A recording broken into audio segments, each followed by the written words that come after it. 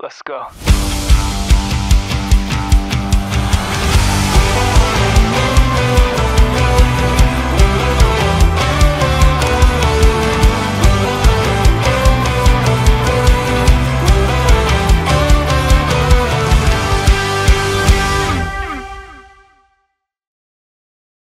Bonjour à toutes et à tous.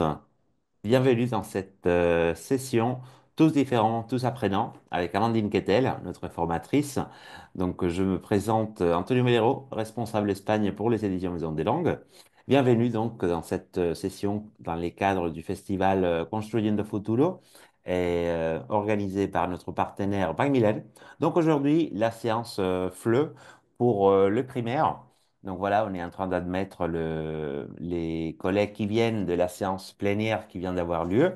Il y avait un tirage au sort et tout. Donc voilà, bienvenue tout le monde. Juste pour que vous sachiez concernant l'organisation, vous allez recevoir la semaine prochaine donc l'enregistrement, les documents de travail de la séance d'aujourd'hui avec Amandine.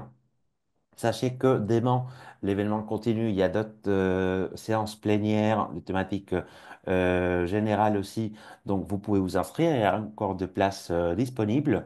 Puis, à la fin de la séance, on vous enverra un lien sur les chats qui est actif. D'ailleurs, vous pouvez intervenir sur les chats si vous le souhaitez pour évaluer la séance d'aujourd'hui, un petit questionnaire de satisfaction et vous le verrez aussi avec un QR code sur l'écran depuis la présentation d'Amandine.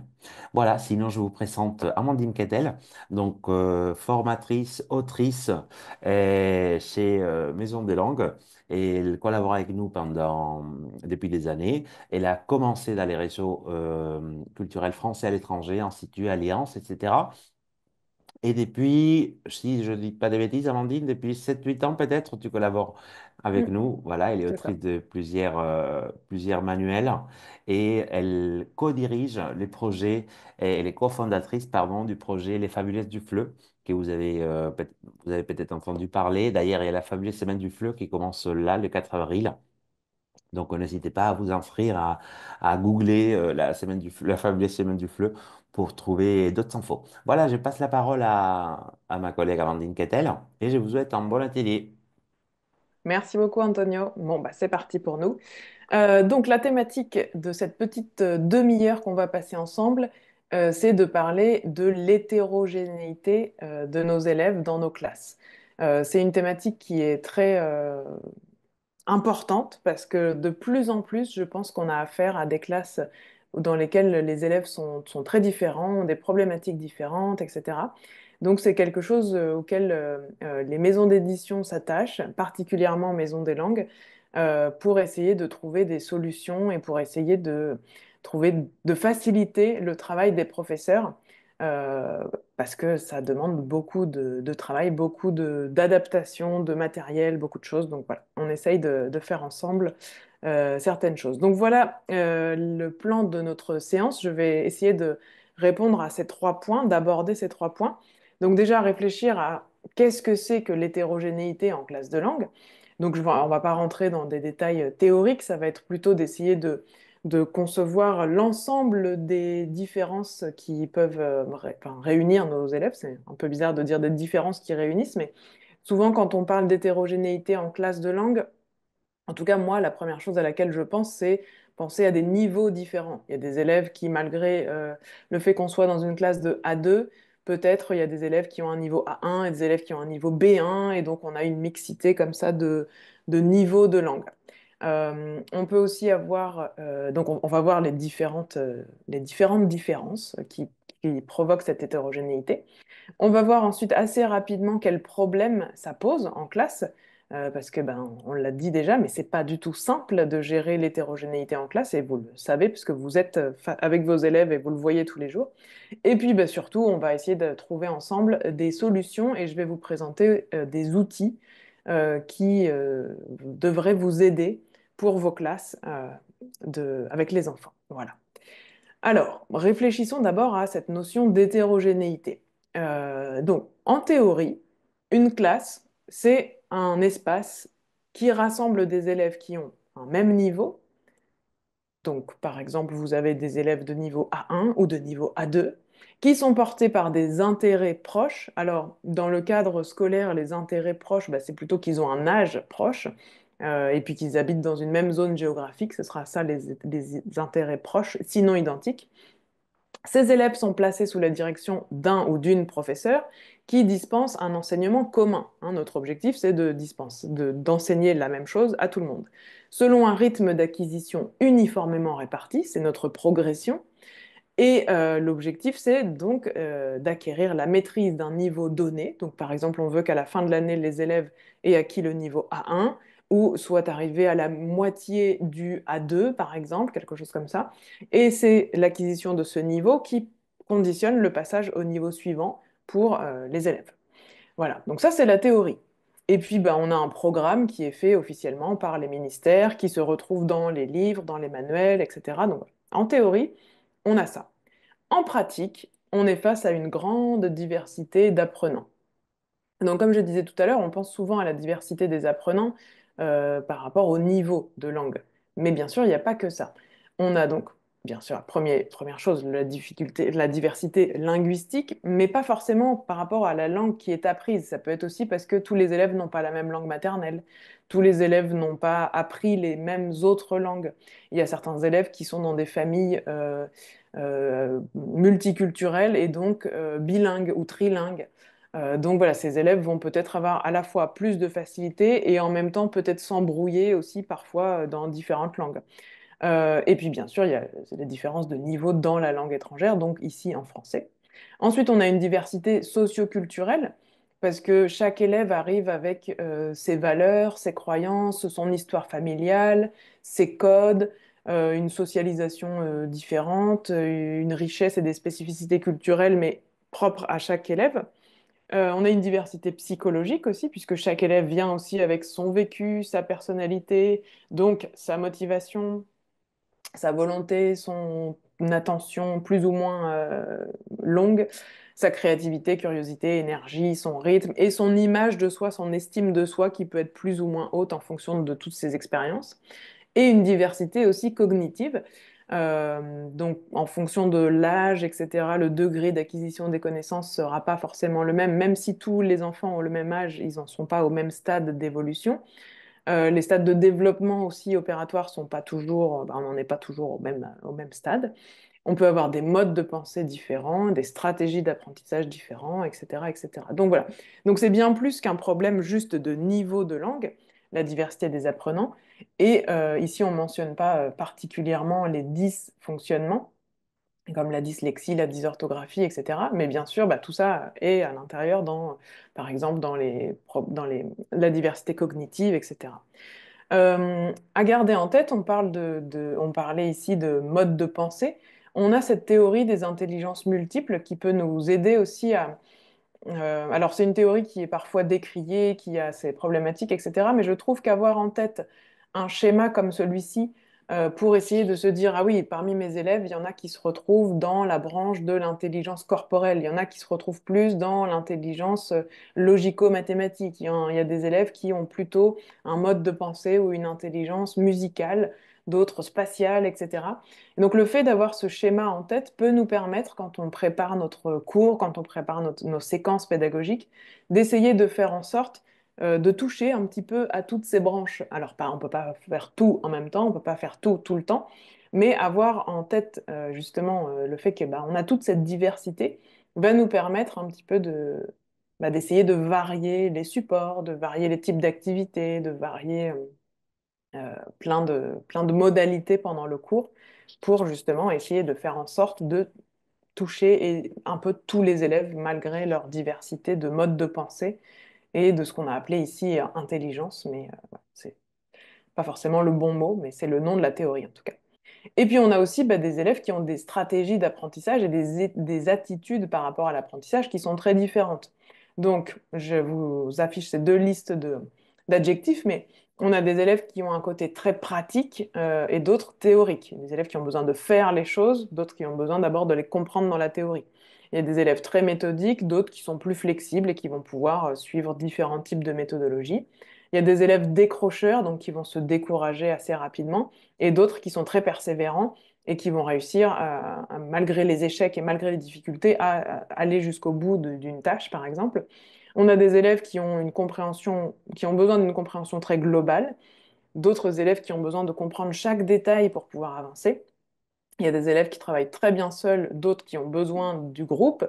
Il y a des élèves qu'on appelle conservateurs, donc qui vont pas forcément pouvoir s'adapter à des nouvelles manières de fonctionner, qui aiment bien la routine et les habitudes, et d'autres qui, au contraire, sont très ouverts et plutôt excités d'une manière positive par la nouveauté.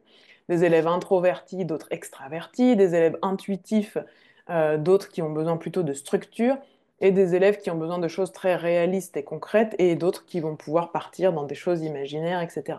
Donc ça ne veut pas dire qu'on a un élève qui va se retrouver dans la colonne de gauche et l'autre de la colonne de droite, pas du tout. Encore une fois, ce qui m'intéresse ici, c'est de vous faire prendre conscience, même si je suis sûre que vous le savez déjà, mais parfois poser des mots sur les situations de classe que l'on rencontre tous les jours, ça aide aussi à se dire, ah oui, en fait, quand je prépare mon cours, il faut que je pense un peu à tous ces élèves-là, à tous ces types d'élèves, pour pouvoir faire en sorte que tous et toutes y trouvent leur compte dans mon enseignement.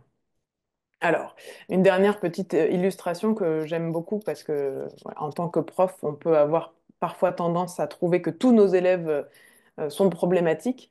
Donc, on a ici une petite illustration des petits portraits d'élèves avec donc Louis qui est trop vif, Anne désordonnée, Pierre aboulique, Henri qui est sous-doué, Charles caractériel, Louise trop timide, Marie mal élevée et seul Joseph est normal, signé la maîtresse. Si vous regardez bien Joseph et la maîtresse, bah, c'est des copies conformes. Peut-être que la maîtresse est la mère de Joseph, ce serait très possible. Mais donc pour dire que quand on est professeur, parfois parce qu'on est dans le quotidien, dans la course quotidienne, on a parfois du mal à comprendre qu'en fait les élèves ont d'autres systèmes de pensée et de mode opératoire que nous. Et donc on pourrait avoir tendance, alors là c'est bien sûr très exagéré, mais à penser que tous les autres sont bizarres, sauf ceux qui pensent comme nous. Donc voilà, c'est un peu humoristique, mais juste pour garder en tête que ben, il faut des fois sortir de nous, notre mode opératoire, pour réussir à proposer des choses différentes, même si nous, on imagine que ça ne nous aurait pas forcément parlé en tant qu'élève. Alors, quel problème ça pose, toute cette diversité, tous ces profils d'élèves différents? D'abord, ça pose des problèmes bah, pour les apprenants eux-mêmes, clairement, parce qu'on pense souvent à nous, les professeurs, que ça nous demande plus de travail, etc. Mais ça pose surtout beaucoup de problèmes aux apprenants. Et je trouvais là aussi cette petite illustration qui, je trouve, est très parlante. Donc, on a une classe d'élèves qui sont représentés par des animaux. On a un oiseau, un singe, un pingouin, un éléphant, un poisson, une otarie et un chien. Et face à eux, face à cette classe très différente, un professeur et une consigne qui dit, pour une juste sélection, tout le monde doit passer le même examen. Vous allez devoir grimper à cet arbre. Voilà, je trouve que ici c'est très parlant. On comprend tout de suite que bah, tous les élèves ne vont pas réussir à grimper à cet arbre et que cette épreuve, ce test, cet examen ne s'adapte pas du tout à tous les élèves. Ça, c'est assez clair. Donc ça, c'est du côté des apprenants, donc qui sont tous différents et en même temps tous dans la même classe face au même professeur qui essaye de fournir un enseignement unique. D'accord?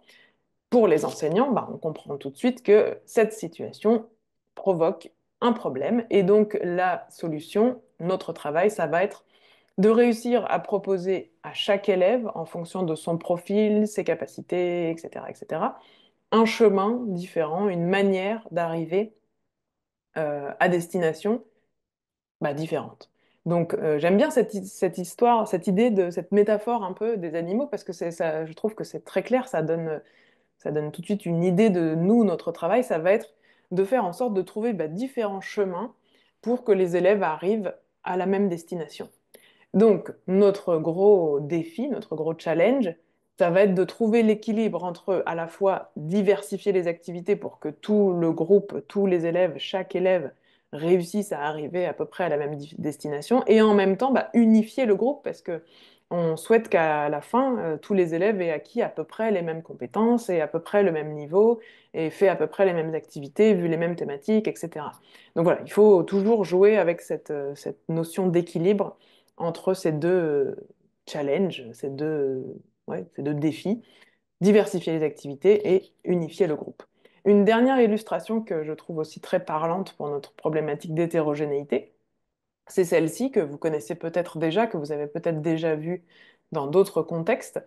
Mais voilà, c'est ça notre travail. En fait, ça va être de réussir à fournir à chaque élève les bons outils, les bons éléments pour qu'ils puissent tous arriver à peu près à la même hauteur. Donc voilà, ici sur l'image de gauche, on voit trois personnes constituées physiquement très différemment qui assistent au même spectacle. Donc on peut imaginer nos élèves avec des compétences et des profils différents qui assistent à la même classe.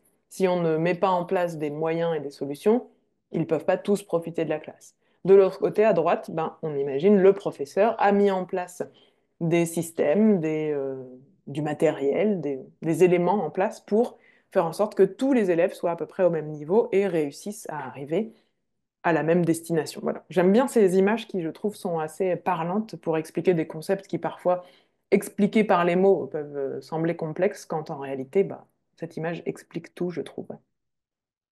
Voilà, donc et maintenant qu'on a posé les bases et qu'on a posé les problèmes, bah, il nous reste à trouver des solutions et des outils concrets pour pouvoir voir en classe qu'est-ce qu'on va faire exactement.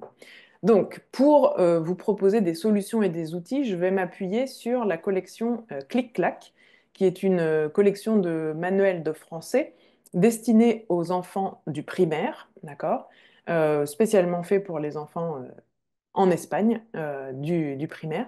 Donc avec ces trois livres donc, permettent d'arriver à la moitié du niveau A2. On a bien amorcé le niveau A2 lorsque l'on finit clic-clac numéro 3.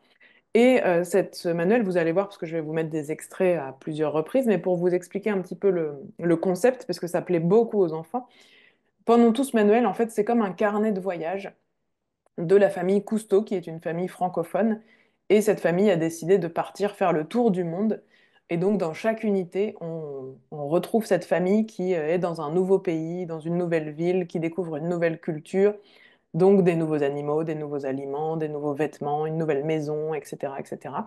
Et donc, c'est le prétexte de suivre cette famille avec ses trois enfants et son pigeon, Gaston le pigeon, qui est le pigeon voyageur qui suit la famille. C'est leur animal de compagnie.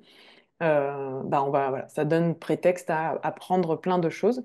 Je vais vous montrer au fur et à mesure, mais cette méthode en général plaît beaucoup aux enfants parce qu'il y a un côté un peu comme ça, comme une histoire qu'on va suivre au fur et à mesure. Alors, si on revient à notre problématique d'hétérogénéité, ben, la solution, donc on l'a vu avec les dernières images, ça va être la différenciation. Donc on a vu, la différenciation va nous permettre d'apporter des solutions différentes et des chemins différents à chaque élève ou chaque groupe d'élèves pour leur permettre d'arriver à peu près au même endroit. Donc dans la différenciation, j'ai proposé de regrouper un peu sous trois grandes idées.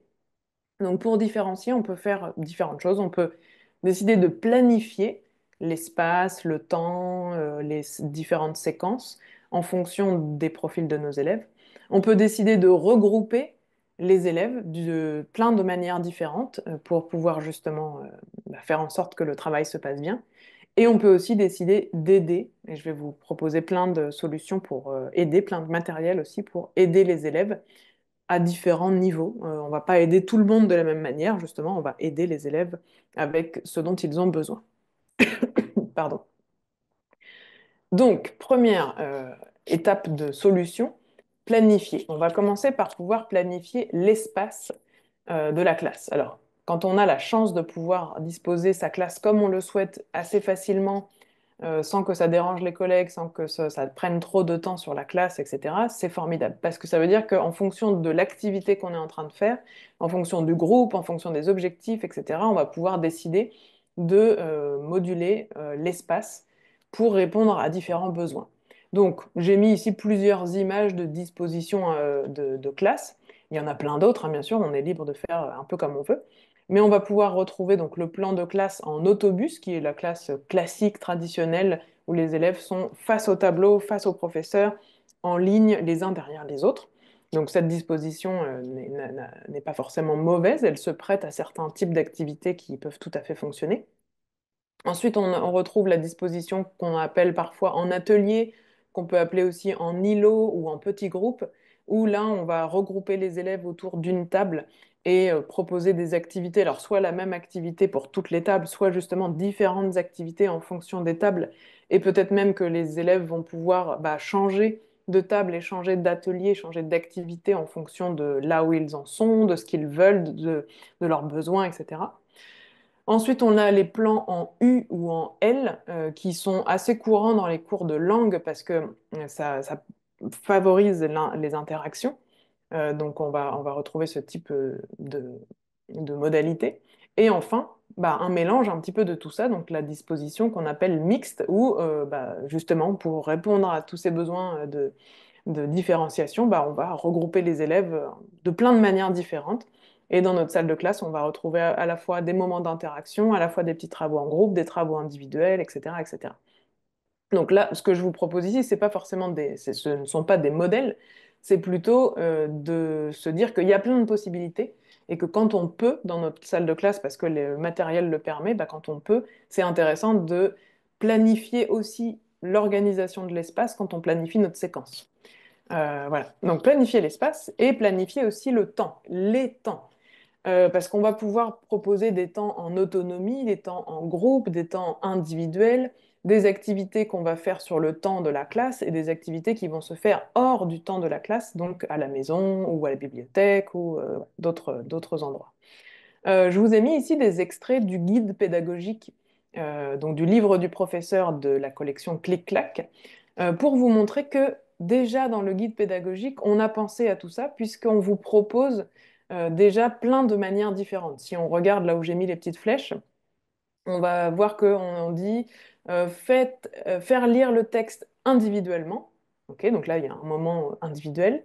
Et ensuite, on pose des questions à la classe. Donc là, on s'adresse au groupe classe.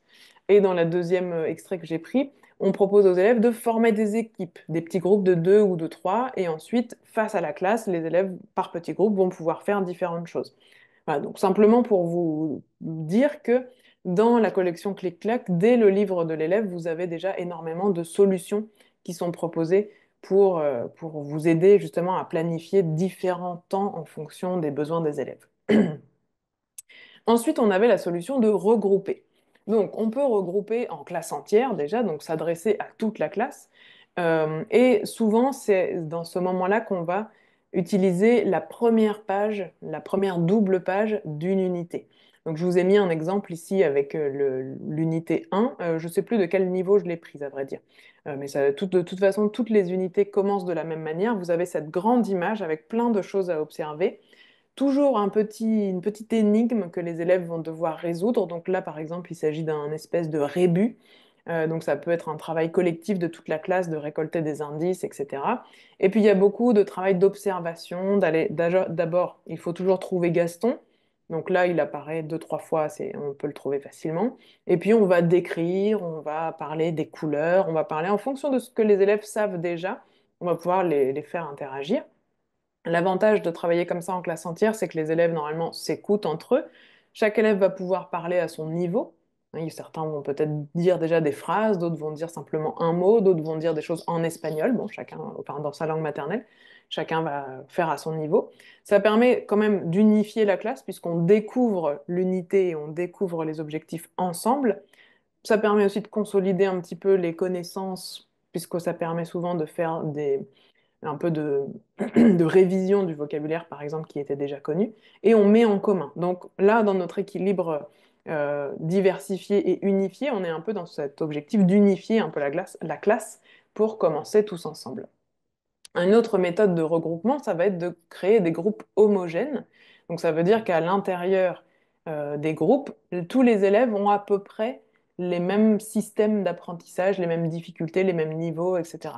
Ce qui va permettre, par exemple, de travailler ensemble, en petits groupes, sur des compréhensions écrites ou des compréhensions orales. Donc on peut tout à fait imaginer qu'on laisse les élèves en autonomie, en petits groupes, alors bien sûr, il faudra bien expliquer la consigne, peut-être faire un exemple de phrase, etc. Puis ensuite les laisser avancer à leur rythme pour faire par exemple ce petit exercice ici de compréhension d'images et de compréhension de texte.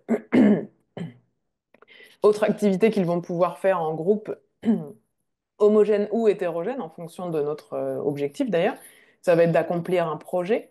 Ça va leur permettre éventuellement aussi de se corriger collectivement, puisqu'ils sont tous à peu près à la même hauteur. Il n'y aura pas de problème de... Il y en a un qui sait toujours plus que les autres, puisqu'ils sont tous à peu près au même niveau. Et ça permet aussi de communiquer un peu en contexte au même niveau, sans trop de difficultés. On peut aussi décider de regrouper les élèves de manière hétérogène, donc plutôt justement en diversifiant l'intérieur du groupe. Et là, on va pouvoir leur proposer d'élaborer aussi des projets, pourquoi pas. Et ça va permettre de mélanger les compétences et d'avoir des élèves qui vont pouvoir gérer le temps, d'autres qui vont être très créatifs, donc d'autres qui vont avoir une structure pour le projet, etc. Ce qui va permettre d'avancer et de transférer un peu les compétences entre tous. Ça peut permettre aussi de développer un peu le tutorat entre les élèves aussi. Certains vont pouvoir aider les autres qui ont plus de difficultés et ça va permettre à tout le monde d'avancer.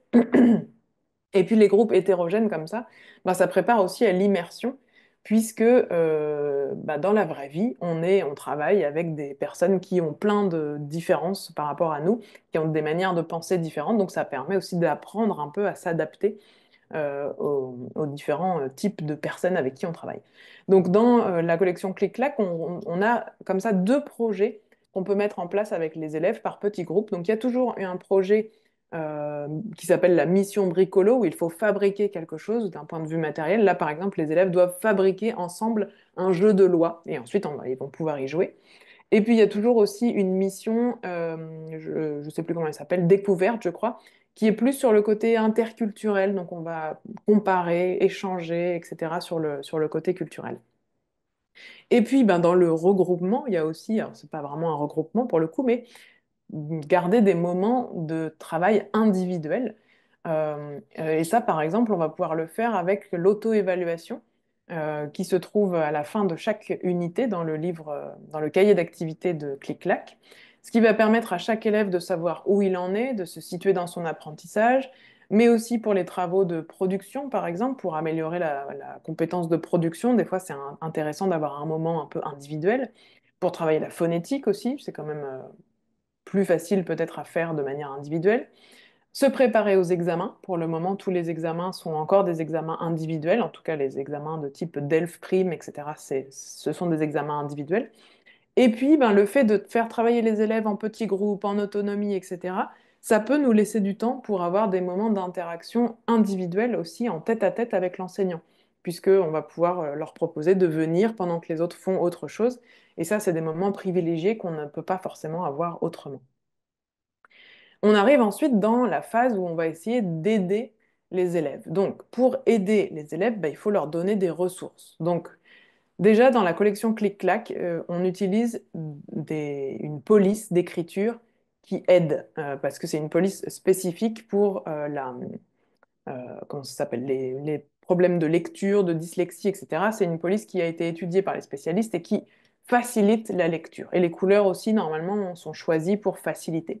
Et puis, dans certains exercices et dans certaines explications de grammaire, par exemple, on a des codes couleurs ou des codes de police qui permettent de comprendre le fonctionnement de la phrase, de comprendre le rôle de certains petits mots et de comprendre la structure voilà, de certaines phrases sans forcément passer par des explications, mais grâce à des codes couleurs et à des schémas et à des polices différentes, ça peut nous aider à comprendre aussi.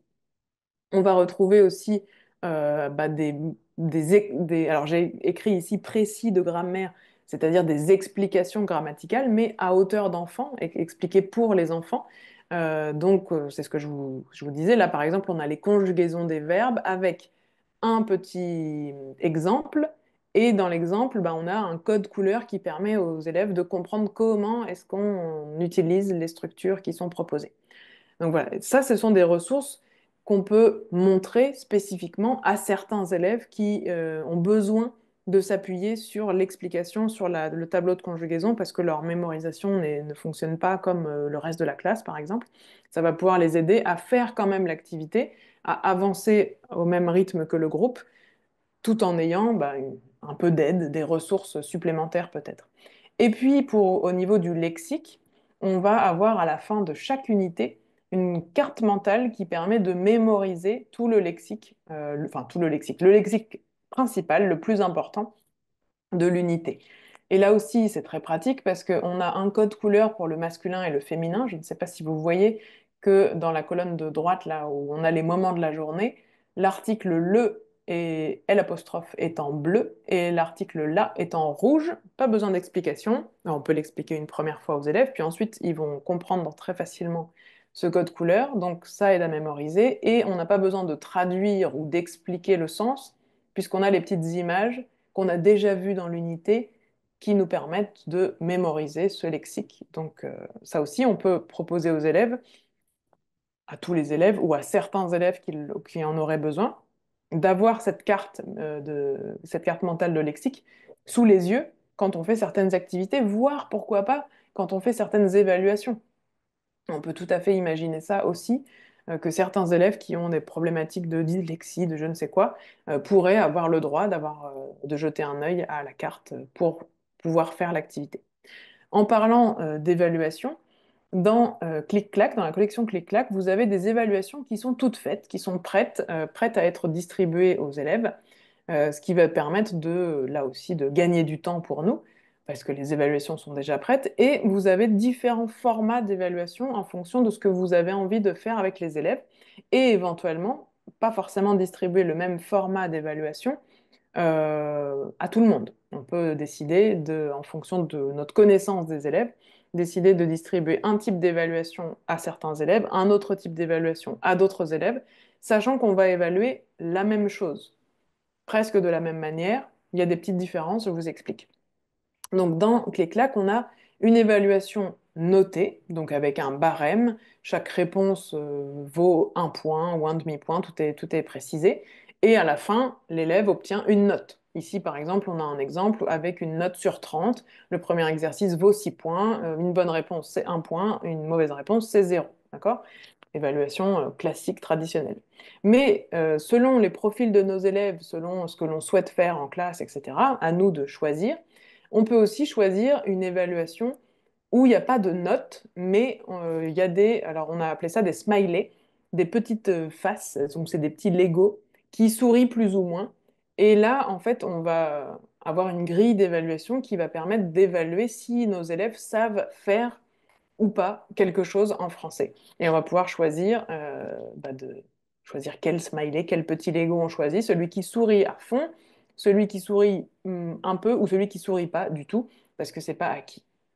Et à la fin, on leur propose de compter le nombre de smileys, et en fonction du plus de format de smiley qu'ils ont, bah, on leur donne un petit compte rendu. Donc, par exemple, tu as plus de smileys qui sourient très fort, donc super, continue comme ça. Tu peux aussi aider tes camarades. Voilà, ce qui permet aussi de mettre en place une forme de tutorat ou pas.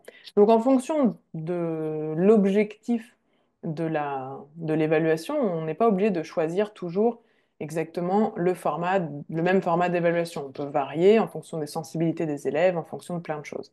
Donc voilà, une autre manière d'aider les élèves, ça va être de différencier aussi selon leur sensibilité. Et une dernière chose à vous montrer, pour aider les élèves, on peut aussi utiliser des médias qu'on appelle médias facilitateurs. Donc dans la collection Clic-Clac, on a énormément de vidéos, puisque dans chaque unité, on va exploiter une vidéo authentique plus une chanson sous forme de karaoké avec son clip, etc. Mais là, ce dont je voulais vous parler, c'était surtout la vidéo authentique. Donc ça peut être un extrait de dessin animé, une petite émission à la télé, des choses comme ça, qui durent 2 minutes maximum. Et on a aussi beaucoup d'audio de compréhension orale et la possibilité d'écouter ces audios ou de regarder ces vidéos à plein de vitesses différentes. Donc en général, pour les élèves, on va plutôt essayer de réduire la vitesse de lecture et éventuellement pour nous, en tout cas moi je sais que j'utilise souvent la version accélérée quand je prépare mes cours pour gagner du temps et regarder rapidement la vidéo ou écouter rapidement l'audio pour savoir de quoi il s'agit. Mais pour les élèves, souvent, on va plutôt ralentir les audios. Et donc là, on va pouvoir choisir de ralentir 0,75 ou 0,5 la vitesse. Donc c'est un peu comme sur YouTube, hein, vous pouvez choisir la vitesse de lecture. Et ça, c'est très pratique. Donc moi, souvent maintenant, quand je sais qu'un audio ou une vidéo est un peu compliqué et que les élèves vont paniquer et se bloquer au lieu de comprendre le sens, bah, je propose la première lecture, la première écoute ou le premier visionnage de la vidéo de manière un peu ralentie, ce qui, bah, même sans leur dire, d'ailleurs, je leur dis pas, mais voilà, ce qui permet de faciliter un peu. Et puis lorsqu'on va l'écouter ou le regarder une deuxième fois, bah, là, j'augmente un petit peu. L'air de rien, hop, ils accèdent au sens de manière plus facile, il y a moins de stress qui est généré. Donc voilà, on a comme ça plein de ressources qui nous permettent de faciliter cette méthodologie de différenciation. Alors, je vais conclure, comme ça on aura le temps éventuellement de répondre à certaines de vos questions.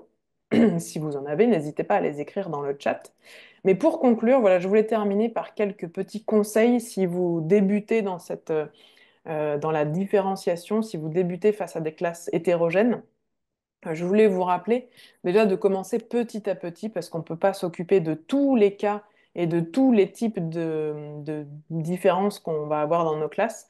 Donc, on va commencer petit à petit. Donc, si vous voulez commencer par deux types d'évaluations différentes, c'est très bien, c'est un bon début. Si vous voulez commencer par donner à certains élèves des listes de vocabulaire ou une carte mentale et pas à d'autres, voilà, c'est un premier pas. Commencez aussi par utiliser le matériel qui est à votre disposition, qui est déjà fait. Dans la collection Clic-Clac, vous avez beaucoup de ressources complémentaires qui peuvent vous aider. Le guide pédagogique aussi peut vraiment vous aider et vous donner des pistes pour faire différemment en fonction des groupes d'élèves. Donc voilà, commencez déjà par utiliser le matériel à votre disposition, puis petit à petit, quand vous aurez testé certaines choses, bah, vous pourrez vous aussi créer votre propre matériel. D'ailleurs, petite parenthèse, mais n'hésitez pas à utiliser l'intelligence artificielle pour fabriquer du matériel différencié, ça aide énormément, ça fait gagner beaucoup de temps. Ensuite, bah, essayer différentes choses, hein. Notre classe, c'est un laboratoire, et puis certaines choses qui fonctionnent avec des élèves ne vont pas fonctionner avec d'autres. On ne sait pas toujours exactement pourquoi. Et puis garder en tête que bah, malheureusement, on ne peut pas faire de miracle, mais on peut essayer de fournir des outils et d'aider nos élèves. Et pour conclure, je finirai par cette phrase que je trouve très réaliste d'un sociologue français qui disait: Deux individus n'ont jamais exactement le même parcours éducatif, même s'ils se tiennent par la main durant des années. Donc des élèves qui rentreront à l'école primaire ensemble et qui seront toujours dans la même classe jusqu'au bac auront eu beau avoir les mêmes professeurs, les mêmes enseignements, les mêmes expériences, ils n'auront pas du tout le même parcours éducatif quand même, puisqu'on a vu il y a plein de sources de diversité différentes. J'allais encore utiliser le mot différent, mais c'est ça. Voilà. Je vous laisse ici le QR code dont parlait Antonio tout à l'heure et je suis prête à répondre à vos éventuelles questions s'il y en a. Un grand merci, Amandine. Donc voilà, comme elle vous disait, Amandine, vous avez les QR codes pour évaluer la séance. Je vous laisse également le lien sur le chat. Je vais le faire de suite. Voilà, ce que vous allez recevoir, c'est juste cliquer sur deux boutons. Et si vous avez des questions, n'hésitez pas à les envoyer sur les chats. Je vous rappelle que la semaine prochaine, vous allez recevoir les petits diapos avec les exemples d'Amandine. C'est bien parce qu'aujourd'hui, c'est vrai qu'en fonction de la taille de votre écran, vous avez pu les déchiffrer ou pas, mais bon, vous avez déjà une idée globale. Vous allez recevoir par email avec les certificats de participation, le lien vers l'enregistrement d'aujourd'hui. Et voilà, si vous avez des questions, comme on vous le disait, vous pouvez les lancer sur le chat. Merci Amandine, c'est un sujet quand même extrêmement important de nos jours d'ailleurs, c'est, et qui nous Ouais, touche en 30 minutes, c'était tous. un peu rapide, mais bon, ça donne quelques pistes déjà, Mhm. j'espère. Non, mais c'est vrai que aussi, il y a l'heure aussi, les 19h30, etc. Donc, ça nous va aussi. Des petites nuances par rapport à ces sujets. Et moi, j'ai eu du mal, quand j'étais en France en tant que prof, à gérer ces types d'hétérogénéité. Il y avait un élève que j'avais, il était dyslexique, par exemple. Il avait des problèmes avec l'horloge et à chiffres. Il ne savait pas lire, par exemple, un horloge à aiguille. Et c'était pour moi une première expérience, mais c'est vrai qu'il faut c'est remettre c'est, c'est remettre en cause hein, avec Oui, c'est ça, il ne faut pas se dire que tout le monde comprend comme nous, et c'est vrai que c'est pas toujours facile, parce qu'en plus, on est dans notre quotidien de prof, on n'a pas le temps de tout, on sait qu'on court partout quand on est prof, donc prendre un petit temps d'arrêt et de dire, OK, comment est-ce que je peux faire? Mais il faut se forcer un petit peu pour le faire, effectivement. voilà. Donc il paraît qu'il n'y a pas d'autres questions. Il est J'ai l'impression. 19h30 tapante. Donc on vous remercie toutes et tous et on vous dit à bientôt sur les schémas du fleu. Merci beaucoup, merci à tous et toutes. Let's go.